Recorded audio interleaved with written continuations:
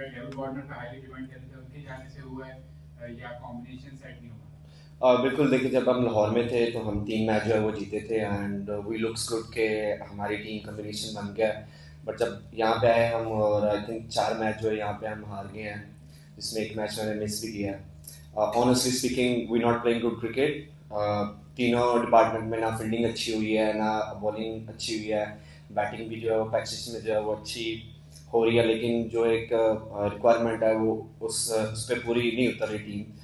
तो I think हम बैठे थे, हमने डिस्कशन भी की थी कि किस तरह हमने इसको जो है वो लेके चलना है, बट उस तरह के यूटिलाइजेशन अभी नहीं हो रही।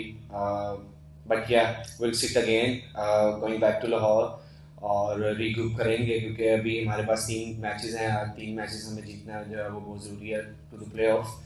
और दूसरा थिंग, आपने मैच मिस किया ना, हम किसी एक प्लेयर पे जो है वो रिलाइज नहीं कर रहे कि वार्नर आएगा और वार्नर आके हर मैच में जो है वो 100 करेगा।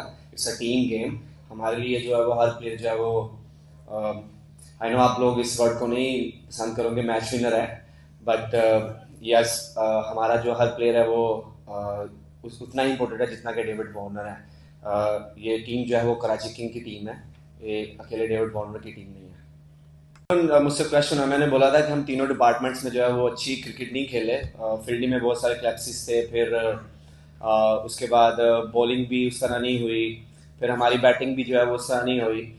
तो कंडीशन ऑब्वियसली यहाँ पे डिफरेंट थी, लाहौर में डिफरेंट थी, तो हम शायद I am not gonna say कि कम्बिनेशन नहीं अच्छा, वही लड़के वहाँ पे खेल रहे थे, वही लड़के यहाँ पे खेल रहे हैं।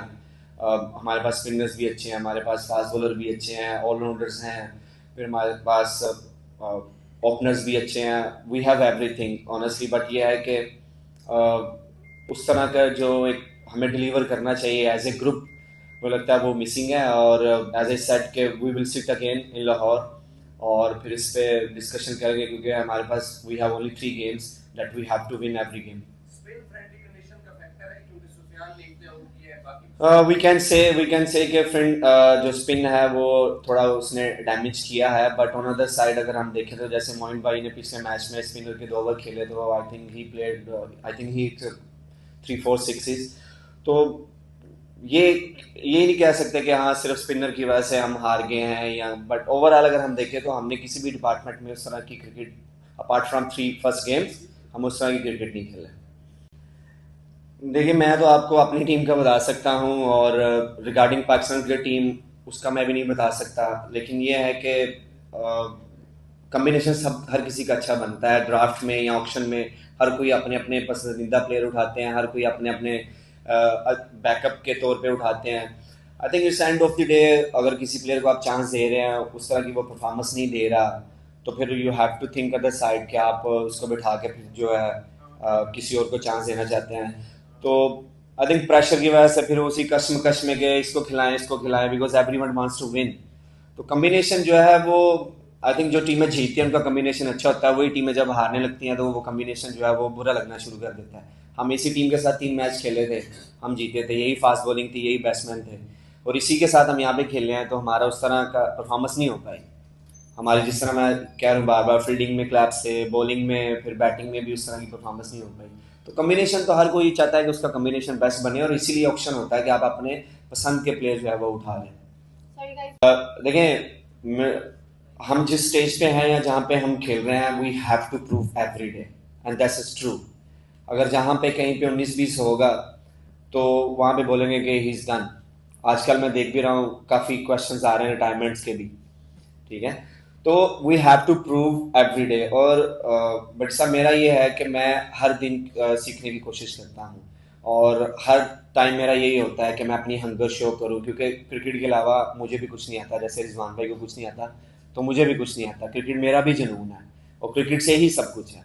तो मेरी कोशिश यही है कि मैं जहाँ पे भी मुझे मौका मिले, वो चाहे पहला ओवर है, तीसरा ओवर है, 10वां ओवर है, 11वां ओवर है, तो मेरी कोशिश होती है कि मैं वहाँ पर परफॉर्म करूँ। So I think that's why I am still, जो है वो मेरे सबसे ज़्यादा आउट है PSL में, और मैं खुद से उम्मीद भी यही लगाता हूँ कि मैं जहाँ पे भी खेलूँ, परफॉर्मेंस करके टीम में वापस आऊँ। कहीं पे भी अपॉर्चुनिटी मिले, मेरी कोशिश यही होती है कि अपना हंगर शो करें, अपना पैशन शो करें। Thank you.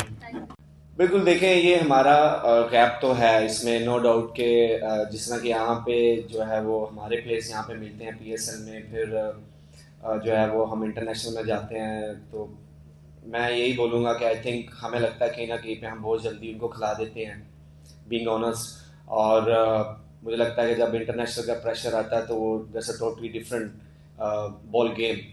तो मुझे लगता है कि जैसे वो एक फ्रूट को पकना चाहिए उस तरह हम पकने नहीं देते।